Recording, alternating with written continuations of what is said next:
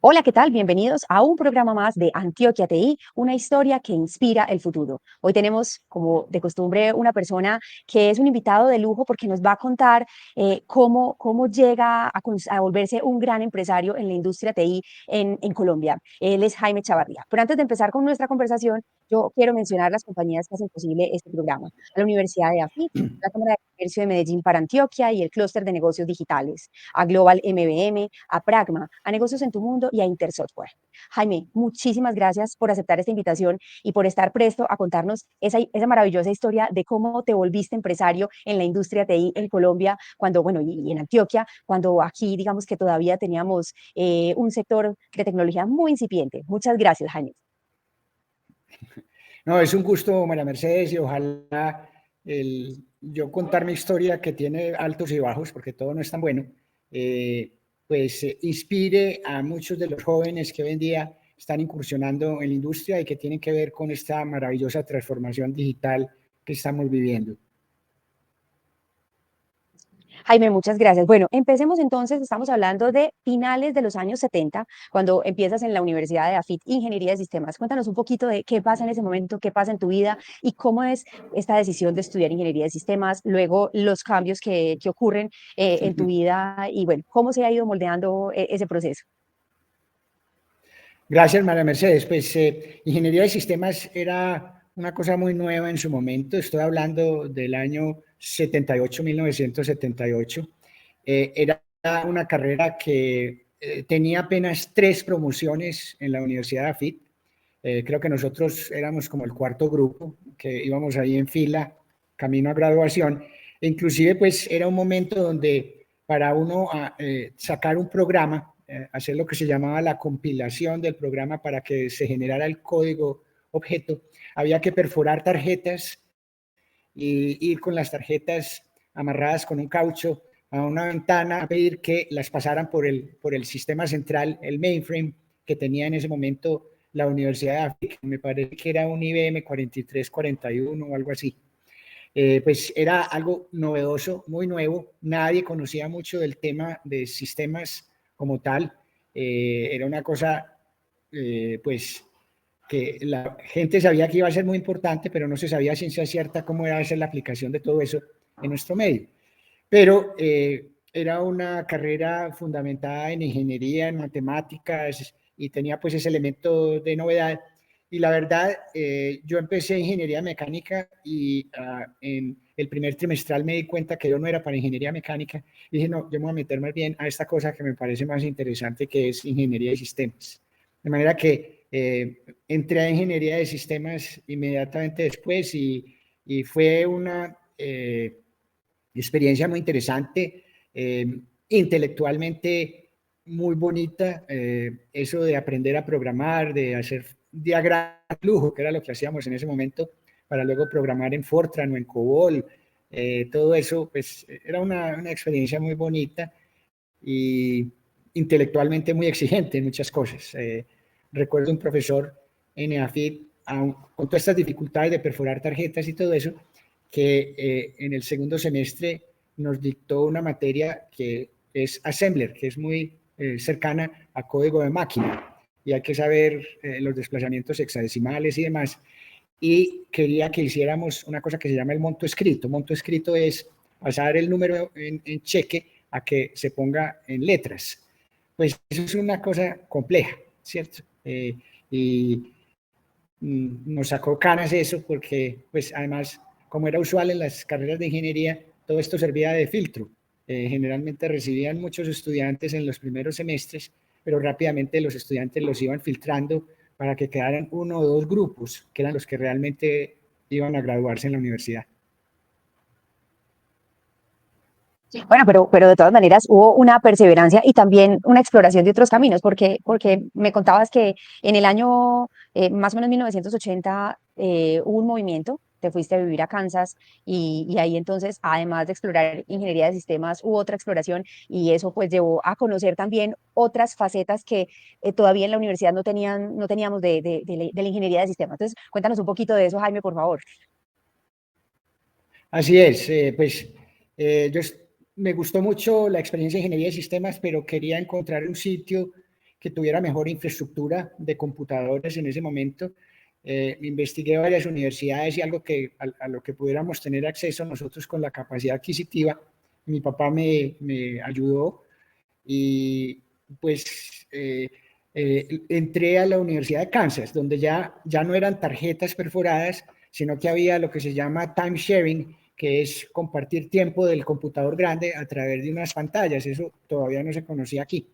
Y además era mucho más avanzado pues todo el tema de programación en otros lenguajes. Ahí tuve inmersión, por ejemplo, por primera vez en el tema de inteligencia artificial que está tan de moda, etcétera, etcétera. Y parejo con eso, aprovechando que era una universidad de esas que tiene una gran opción de materias, etcétera, pues a mí siempre me ha gustado el tema del diseño y la pintura. Y entré a hacer doble carrera porque estudié diseño industrial y al mismo tiempo ingeniería de sistemas, cosa que me duró como otros 3 semestres porque ya era muy difícil sostener la dualidad entre las dos carreras. Me tocaba estudiar día y noche porque difícilmente coincidían los créditos o las asignaturas. Entonces, pues llegó un momento que me tocó decidir o seguía en diseño industrial o seguía en ingeniería de sistemas y opté por ingeniería de sistemas.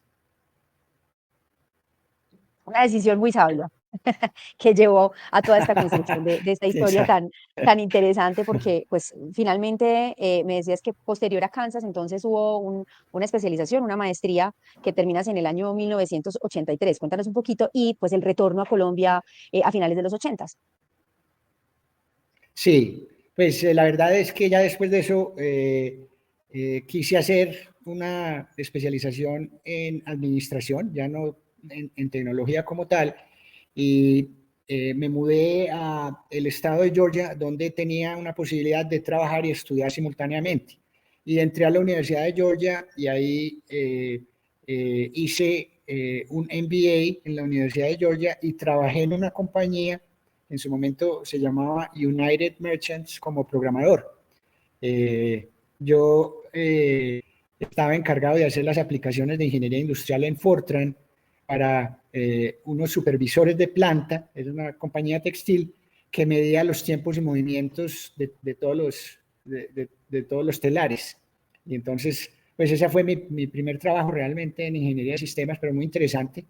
Y estando allí, pues ya llevaba más de 5 inviernos en los Estados Unidos y la tierra empieza a jalar. Y era un momento de mucha transformación en la parte de sistemas. Estoy hablando ya de los años 1985, 86, donde entró con mucha fuerza el microcomputador, particularmente el microcomputador IBM. Hasta ese momento, toda la computación siempre se hacía en grandes computadores, por allá en cuartos con aire acondicionado y gente con bata blanca y todo. Y oh sorpresa, de la noche a la mañana salen estos aparaticos que parecían como un appliance de cocina y que servía para hacer muchas cosas y no había que acudir a esos intermediarios de esos grandes centros de cómputo, sino que el que necesitaba la información se metía al microcomputador y la sacaba.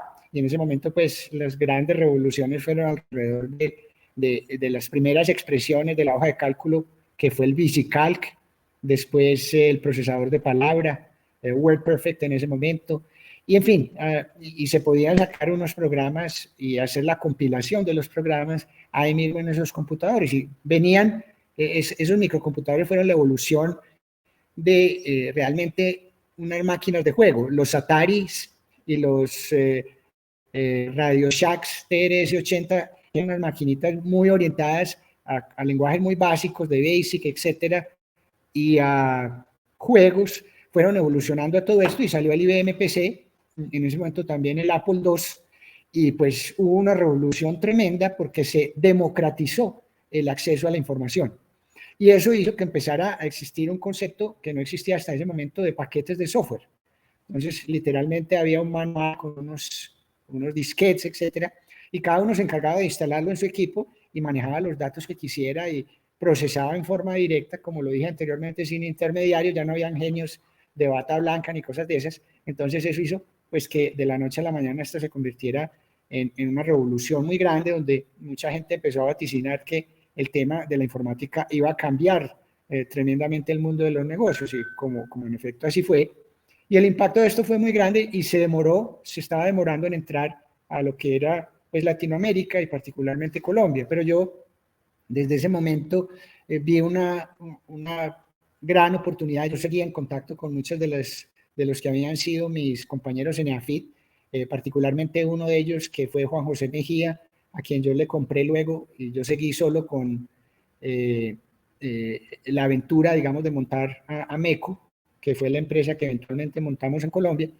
Y pues en ese momento dije, pues aquí hay una oportunidad grande porque nadie en Colombia conoce bien esta cosa de los microcomputadores y sobre todo el poder de redes de microcomputadores y lo que eso genera, porque era un concepto desconocido acá. Entonces decidí Empieza un volver merge perfecto entre el MBA y la profesión, ¿no? Con una oportunidad gigante de crecimiento en Colombia. O sea que correcto, eso, y estamos hablando más o correcto. menos de Entonces, 1987. 87, sí. Y entonces, pues ya en ese momento me establecí nuevamente en Colombia y decidí comenzar la compañía. Pues era una compañía chiquitica, pues éramos, como lo dije anteriormente, 2 personas y eso fue creciendo a 5, a 10, a 20. Eh, y hacíamos desarrollos de software por pedido. Le trabajamos a empresas de propiedad raíz, a empresas de confección, muchas cosas, haciéndole aplicaciones de lo que ellos necesitaban, muy orientadas hacia el tema de negocios. Pero hubo un momento, un hito muy grande, digamos, en el desarrollo empresarial y fue que había que tomar una decisión. Si seguíamos desarrollando aplicaciones por pedido, en ese momento trabajábamos mucho en un lenguaje que se conocía en aquellos tiempos que era DBase2 y también Turbo Pascal. Y era complejo desarrollar aplicaciones cada vez para un cliente, aunque nos daba para la supervivencia, no nos generaba una ventaja y tampoco era un modelo escalable. Y pues había que tomar una decisión, o seguíamos en el negocio de continuar desarrollando aplicaciones por pedido, o nos lanzábamos a construir un producto estándar, paquete de software, y generar unos servicios alrededor de ese paquete de software. Y pues tomamos una decisión estratégica en ese momento de optar por el segundo camino y fuimos pioneros en sacar los primeros paquetes de software en el medio. Sacamos un paquete de contabilidad que era muy conocido que se llamaba Comodín, luego sacamos otro producto que se llamó Prisma, que tenía módulos de facturación, cartera, inventarios, nómina, después tesorería, después un producto de producción, en fin, y fuimos conformando lo que se conoce hoy en día como casi que un el concepto de EEP, de Sistema Administrativo Completo, para integrar toda la gestión administrativa en una compañía. Y eso, pues lo fuimos evolucionando, eso ya pasó a otros lenguajes más rápidos, como fue C, y unas bases de datos mucho más robustas, etcétera. Todo el proceso técnico que fue desarrollándose a la par con toda esta importancia de la microcomputación, y eso nos llevó ya a empezar a tener una actividad muy interesante donde teníamos un equipo específicamente técnico y aparte un área de servicios para apoyar a los clientes.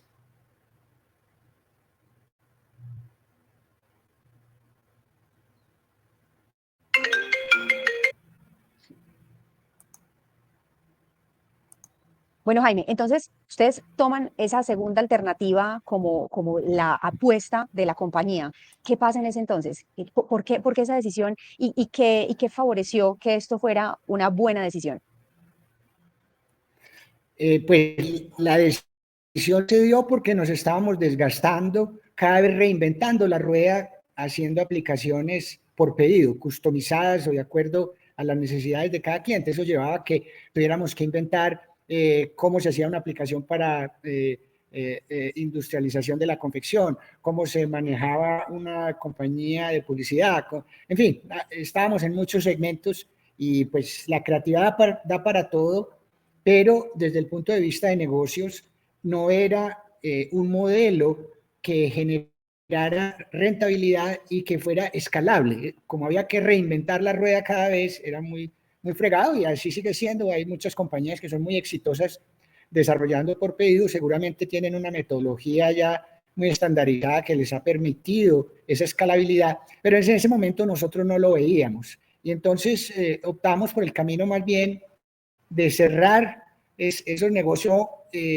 nos permitían repetir el mismo código en estos clientes y más bien dedicarnos a estandarizar eso muy bien, a parametrizarlo para que no hubiera que cambiar el código, sino hacerle adaptaciones al momento de instalar el producto, y eso nos permitió pues generar ya los paquetes de software, que eso fue un cambio fundamental en la compañía, porque también organizar la compañía en un área netamente técnica que tenía investigación y desarrollo, que era muy buena en código, etcétera.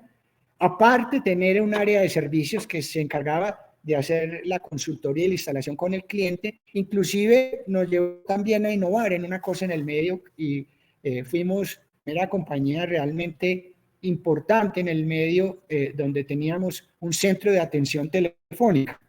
Y esto llegó a tener una escala muy importante porque yo te decía que nosotros teníamos la mejor participación de mercado, llegamos a tener un 35% de participación de mercado de todos los PC que se utilizaban en compañías. Eso significaba más o menos unas 17.000 empresas que trabajaban con nuestros productos. Entonces te podrás imaginar el tráfico de preguntas y de capacitación y de todo lo que eso generaba, que eso se convirtió en una oportunidad de negocio en sí misma y una oportunidad de llevarle más valor agregado a nuestro cliente a través de servicios complementarios que no fueran necesariamente desarrollando el código.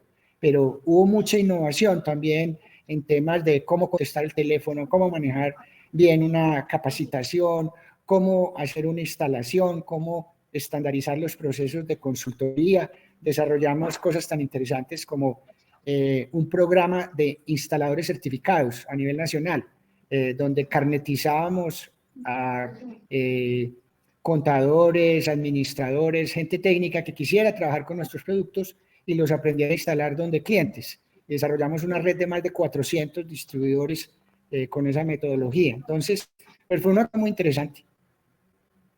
Y esto pasa solo en Colombia. ¿En qué momento empiezan ustedes a llevar estos servicios y estos productos a otros mercados? Más o menos en el año 92 ya empezamos a incursionar afuera. Mucho de esa incursión se dio inicialmente porque había compañías en el país que tenían nuestros productos y tenían filiales en Ecuador, en Perú, en Panamá, en Guatemala, en Centroamérica.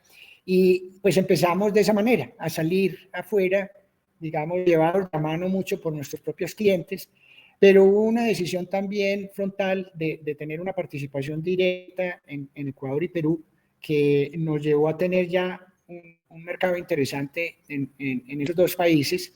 Y parejo con esto, también ya estábamos muy inquietos con tener incursión en otros mercados a través de un vehículo que quizás fuera más común a todos los mercados, porque de todas maneras cuando salíamos a otros mercados había que entender bien las leyes tributarias de cada país, etcétera, y había que sacar unas versiones para cada país. Cuéntanos un poquitico qué significó para ustedes como compañía, qué significó en la articulación con el Estado, qué significó en el proceso incluso aduanero, pues lograr llevar estos productos a otros mercados, así fuera Ecuador, que está aquí a la vuelta de la esquina, pero eso, digamos que supone Sí. toda una transformación en el estatuto y que pues no había, digamos que un antecedente que permitiera hacerlo de manera fácil. Sí, fue una aventura pues muy interesante. Uno generalmente cuando empieza a hacer esta memoria se acuerda de las partes buenas, pero también hay muchas partes muy duras. Pero pues hubo un proceso de maletear, como se dice vulgarmente, ir allá a ver con quién podíamos hablar, invertir en viajes y en gastar suela de zapato visitando mucha gente para buscar un socio local que le interesara el negocio Y pues las primeras exportaciones, seguramente tú te refieres a que muchas personas no sabían muy bien lo que era el concepto de software. La gente entendía ya que los computadores eran muy importantes, pero pensaban que el computador era como un ente autónomo que ya podía procesar información, etcétera. No habían muchas personas que entendieran que el computador adquiría una determinada personalidad dependiendo del software que estuviera ejecutando el computador. Entonces, ese computador podría servir para actividades numéricas si tenía el software para eso, o actividades de diseño si tenía el software para eso. Entonces, pues, a la par con hacer un trabajo de expansión comercial y demás, había un trabajo educativo que había que llevar a cabo, explicando que pues se necesitaba software, inclusive pues también nos tocaba batallar con el elemento de piratería, porque la gente decía, no, pero lo importante es el computador, ¿yo qué voy a pagar por esta otra cosa? Y pues también nos tocó adoptar unas metodologías innovadoras también en nuestro medio para evitar la piratería de nuestros productos y que no perdiera valor. Entonces, pues ocurrían cosas con que frente a una nacionalización de divisas, traer los dólares que teníamos fruto de esos esfuerzos comerciales, pues en ese momento los agentes de aduana y quienes tenían que aprobar la exportación nos decían, pero ¿dónde está el producto físico? Y pues decían, pero ¿cómo que esto va a valer $5,000? Esto es una cosita y un librito y una cosa, no, esto no vale, si usted está aquí, en ese momento pues apenas empezaba a hablar de lavado de dinero. Entonces nos tocaba, por ejemplo, en un caso nos tocó hacer una exportación ficticia de cajas con muchos manuales y muchas cosas para que fuera más o menos representativa de la cuantía que estábamos ingresando al país en el mercado de capitales para poder cambiar esos dólares aquí por pesos y que tuviéramos un respaldo pues de la exportación con la aprobación de la gente de aduanas. Ese es un ejemplo de eso. También te comenté que mucho del mensaje publicitario nuestro para que la gente aprendiera lo que era el software, les decíamos que el software es la gasolina que necesita el motor del computador, para que la gente entendiera que había que meterle un software al computador para que trabajara, que eso no venía con eso incluido. Y ahorita que te mencioné que fuimos innovadores en muchas cosas para evitar la piratería, también pues innovamos en instalar nuestros productos con un dispositivo de hardware que se conectaba en el puerto de la impresora, que lo vendía una empresa en los Estados Unidos que se llamaba el Centinela, que era un software que era como una llave afuera, donde cada que se ejecutara el software iba y buscaba a ver si existía un código específico y si no, no podía trabajar el software. Entonces, hubo muchas cosas, pues, fruto de toda esta evolución que tuvimos que optar para poder alcanzar unos niveles que afortunadamente luego sí pudimos alcanzar luego de vencer muchos de estos obstáculos. No, pues son unos retos maravillosos y que bueno, creo que dan unos frutos grandísimos porque me contabas que para el año 2005 pues ustedes reciben una oferta de compra y finalmente compras la compañía y ya digamos que te incursionas en otras esferas también que hacen pues y que con la experiencia que tenías en este mundo de tecnología hubo grandes posibilidades de enriquecer otras industrias. Jaime, como el tiempo se nos termina, yo sí Claro. quisiera que nos dejaras un mensaje de yo siento que todo este proceso fue como abrir camino, ¿no? Como cuando se tiene que entrar a machetear en el bosque y poder generar un camino. Hoy que hay unas posibilidades diferentes para los jóvenes, algunas recomendaciones que quieras dejar frente a las expectativas que puedan tener con la industria TI del futuro, del hoy y del mañana. Sí, me parece que hay una cosa pues muy importante en la industria del software o en cualquier otra industria. Si tú analizas dónde qué tienen las compañías que verdaderamente son más exitosas, hay tres elementos que tienen esas compañías. El primero es buena gente, gente con talento trabajando, creativa, realmente reconociendo los roles y los aportes. El segundo elemento es que la compañía se mueve en función del mercado. Es lo que los americanos llaman market driven, hacer cosas que realmente el mercado necesite.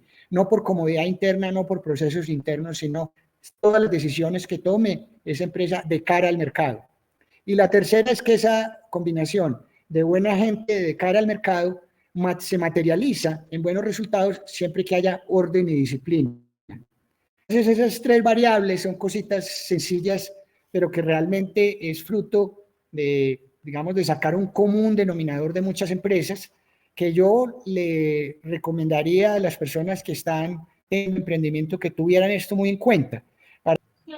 Jaime, pues muchísimas gracias por compartirnos tu historia, por de verdad haber abierto el camino para tantos que hoy hacen parte de la industria de la tecnología y que siguen construyendo en este departamento de Antioquia para que sigamos siendo de verdad un referente en la región y bueno, que podamos seguir creciendo como industria y como dices también, solucionándole a través de la tecnología la vida a muchas personas. Te agradezco muchísimo por aceptar esta invitación y bueno, dejo a todos una invitación para que nos acompañen en los nuevos capítulos de Antioquia TI, una historia que inspira el futuro. Nos vemos próximamente. Chao, gracias.